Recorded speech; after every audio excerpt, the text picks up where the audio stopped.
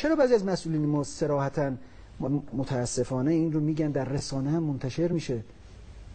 خب اگر کسی واقعا مسلط نیست به بیان خودش در رسانه، نباید رسانه ها منتشر بکنن، باید یه جایی باید محیطی باشه که خلاصه اینو کنترل بکنه. هر کسی هر حرفی دلش خواست بزنه که نمیشه.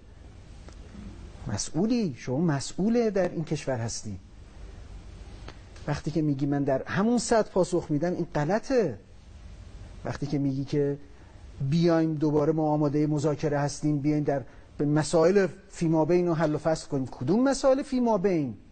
کشور متجاوز آمریکا الان، کدوم مذاکره؟ بر چی میخوای مذاکره بکنیم؟ مبدأ مذاکرت و موضوع مذاکرت رو او به قصد نابودی اومده، چند تن بمب ریخته روش، چی میخوای مذاکره بکنی اصلا؟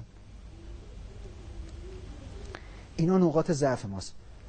مذاکره در این قضیه و این مدل رفتار که اینها کردن، دشمنان ما کردن، بخشی از عملیات تروره.